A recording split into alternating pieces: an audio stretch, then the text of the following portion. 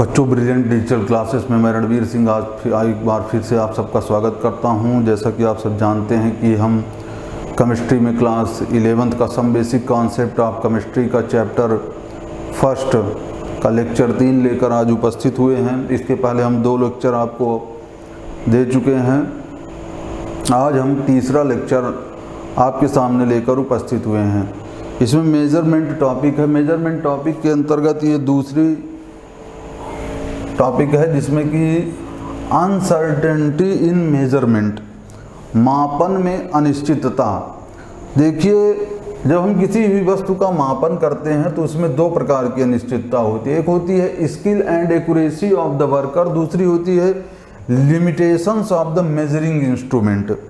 जैसे कि हम मान लीजिए किसी वस्तु का मापन कर रहे हैं। अब उस वस्तु का मापन करने के लिए कई अलग अलग व्यक्ति हैं। एक व्यक्ति मापन कर रहा है, मान लीजिए एक रॉड है, उसका वायर को वो मापन कर रहा है 8.1 सेंटीमीटर। दूसरा व्यक्ति है जो उसका मापन कर रहा है 8.2 सेंटीमीटर और तीसरा व्यक्ति है जो उसका मापन कर रहा है 8.3 सेंटीमीटर। जबकि इसकी करेक्ट वैल्यू कितनी है, 8.2 सेंटीमीटर। तो यहाँ पे बी की जो वैल्यू है वो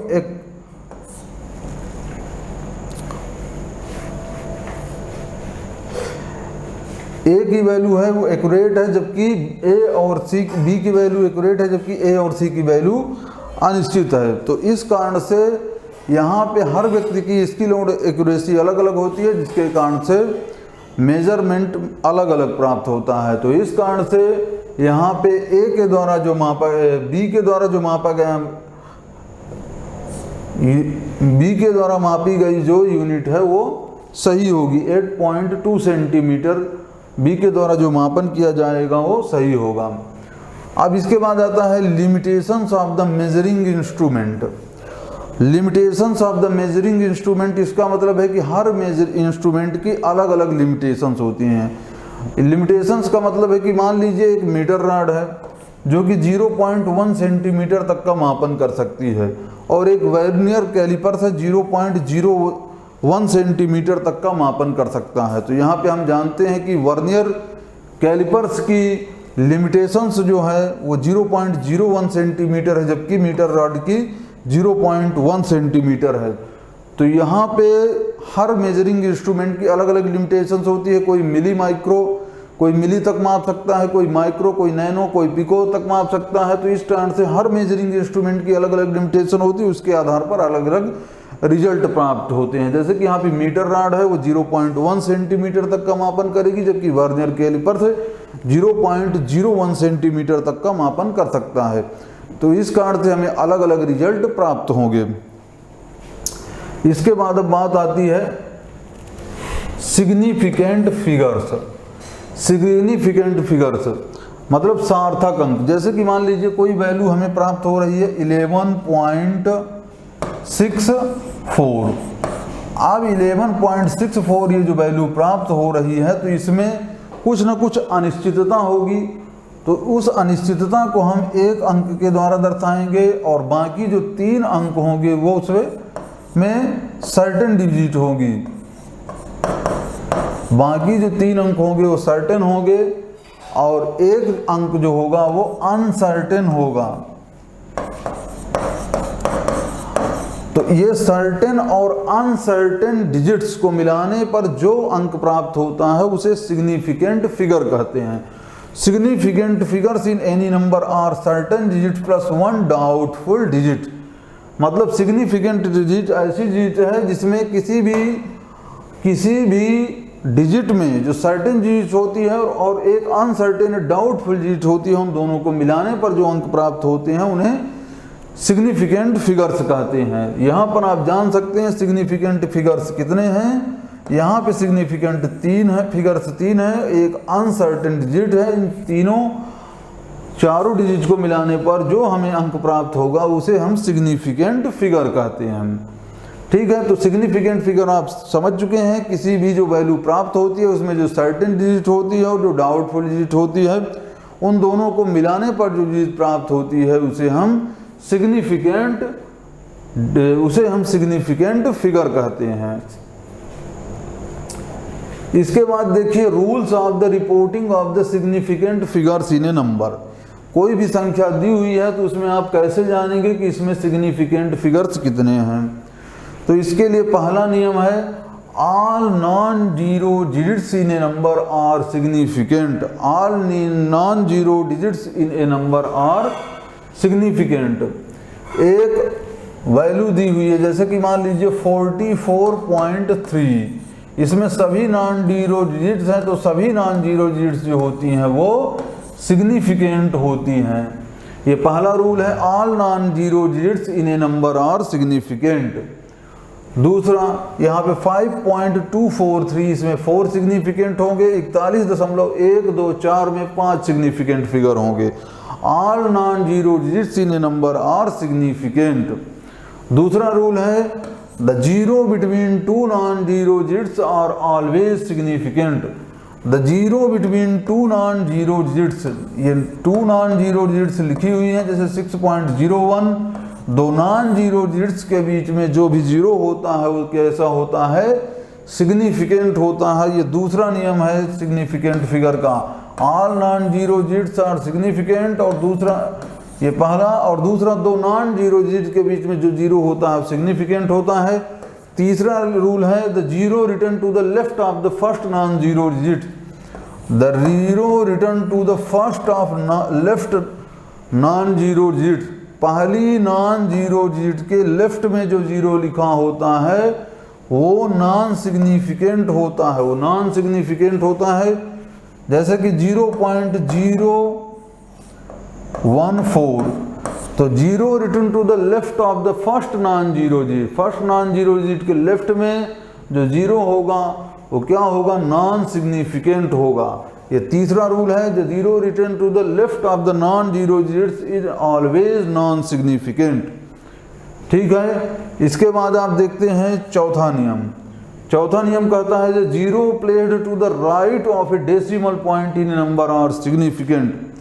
एक डेसिमल पॉइंट है, उसमें इस डेसिमल पॉइंट के राइट में, डेसिमल पॉइंट के राइट में जो नंबर लिखा होगा जीरो डेसिमल पॉइंट के, the zero placed to the right of a decimal point, decimal point के राइट में जो जीरो लिखा होगा वो सिग्निफिकेंट होगा।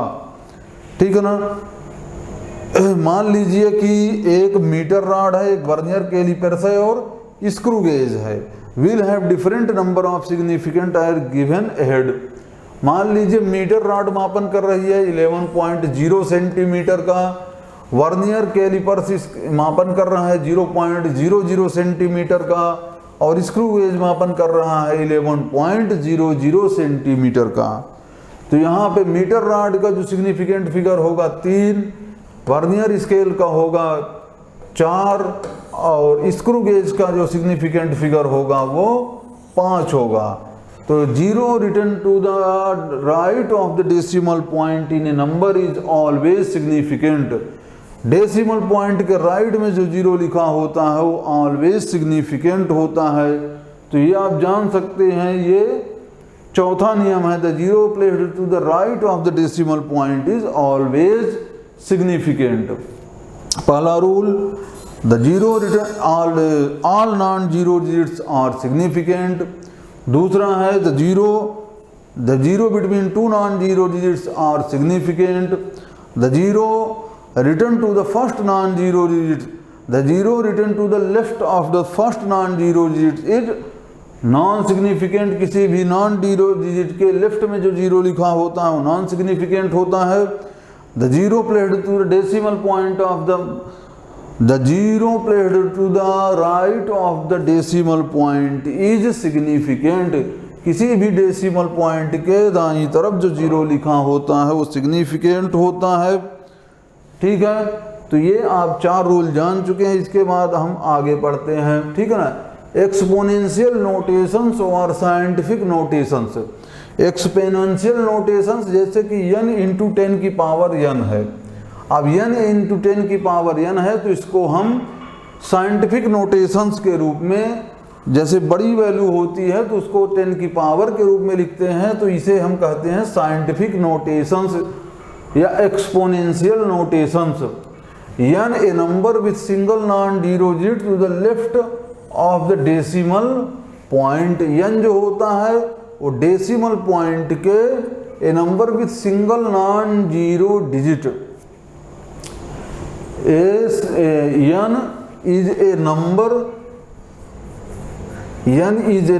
with single non-zero digit to the left of a decimal point। n एक नंबर है जो single non zero digit to left of a decimal point.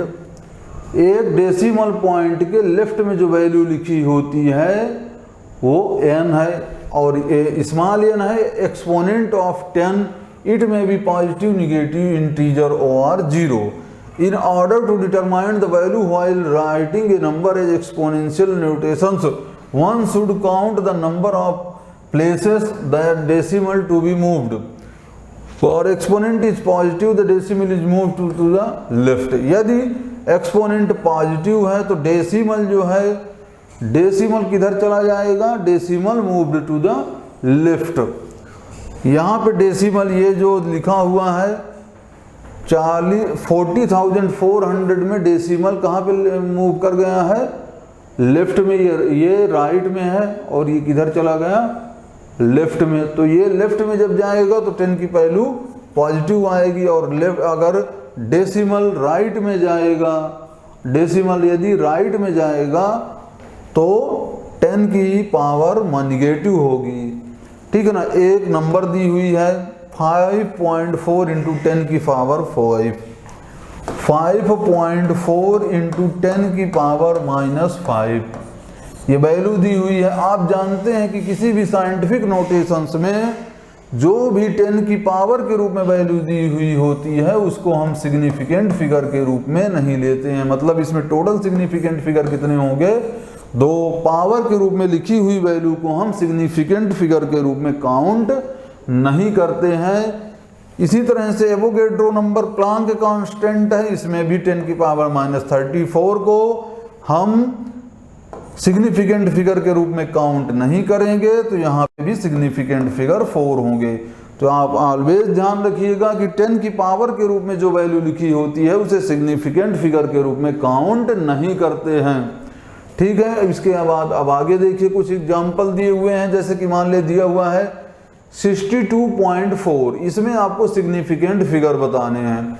तो all non zero digits are significant figure, इसमें 3 हो जाएगा। 0.050 non zero digit के बाईं तरफ जो जीरो है वो नॉन सिग्निफिकेंट होगा, तो इसमें दो सिग्निफिकेंट फिगर होंगे।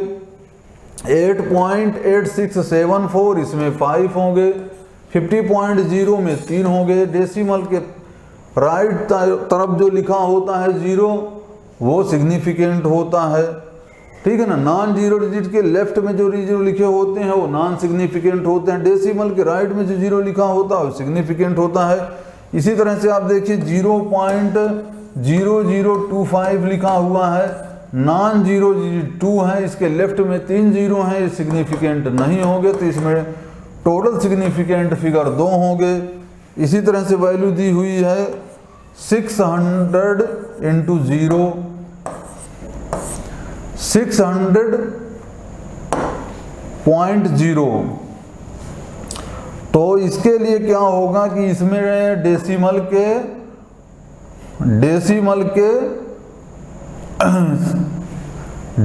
के राइट में 0 लिखा हुआ है, तो इसको हम सिग्निफिकेंट फिगर मानेंगे। तो इसकी संख्या होगी 4।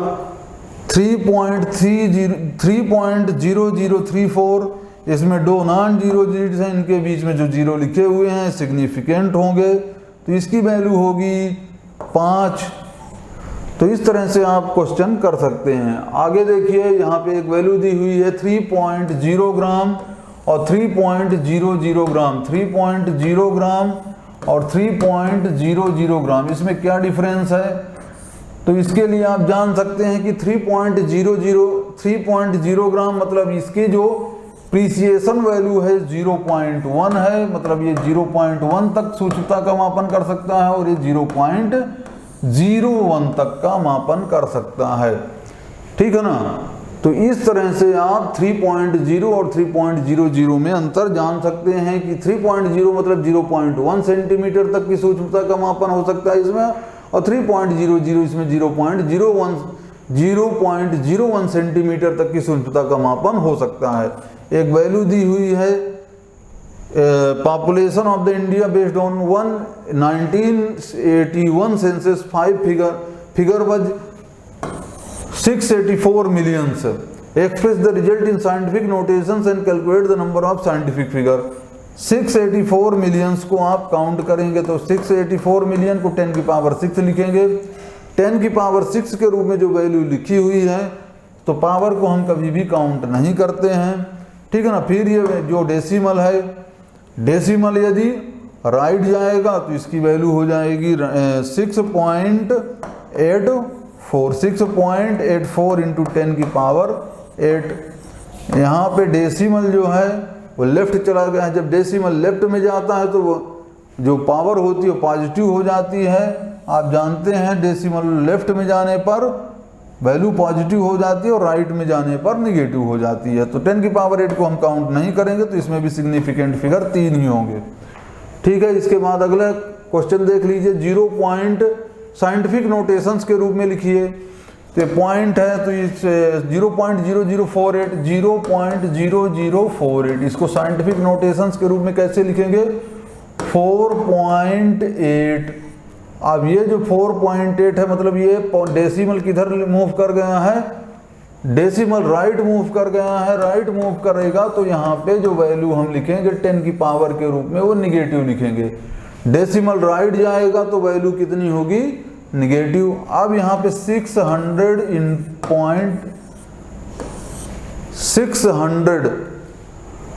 डेसिमल 0, तो 600 को कैसे लिखेंगे?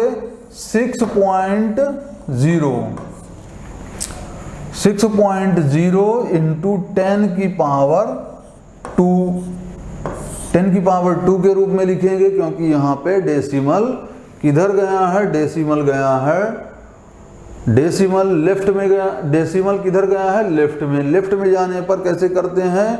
10 की पावर पॉजिटिव होती है और डेसिमल राइट में जाता है तो निगेटिव वैल्यू होती है। इस तरह से साइंटिफिक रोटेशंस के रूप में आप लिख देंगे।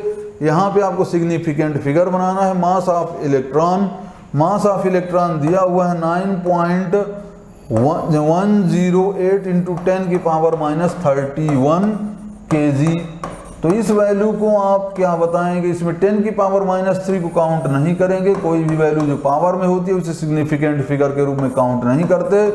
यहाँ से सिग्निफिकेंट फिगर 4 हो जाएंगे। मास ऑफ इलेक्ट्रॉन, इसी तरह मास ऑफ प्रोटॉन में 10 की पावर -27 को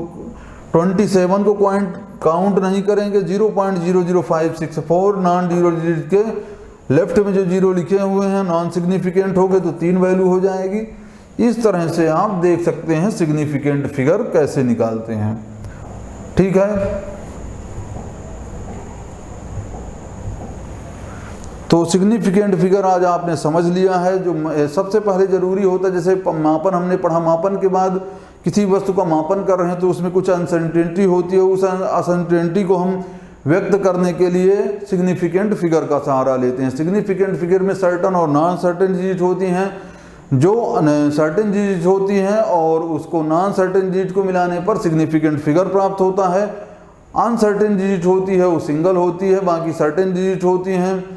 मेजरमेंट में जो अनिश्चितता होती है 2 कारण से होती है, skill and accuracy of worker. दूसरा होता है मेजरिंग इंस्ट्रूमेंट की लिमिटेशंस। हर लिमिटेशंस की अलग अलग, हर मेजरिंग इंस्ट्रूमेंट की लिमिटेशंस अलग अलग होती है। कोई 0.1 सेंटीमीटर तक माप कर सकता है, 0.01 सेंटीमीटर तक माप सकता है, कोई मिली सेंटीमीटर तक ना मिली, कोई माइक्रो, कोई नैनो, कोई पिको तक माप कर सकता है, ठीक है ना। तो इस तरह से सभी की लिमिटेशंस अलग अलग होती है। तो अलग अलग लिमिटेशंस के कारण अलग अलग रिजल्ट प्राप्त होते हैं। इसके बाद सिग्निफिकेंट फिगर के लिए सबसे पहले नियम है कि जितने भी नॉन जीरो डिजिट होती हैं वो सभी क्या होती हैं? सिग्निफिकेंट होती हैं। फिर उसके बाद 2 नॉन जीरो डिजिट के बीच में जो डिजिट लिखी होती है, जीरो होता है, वो क्या होता है?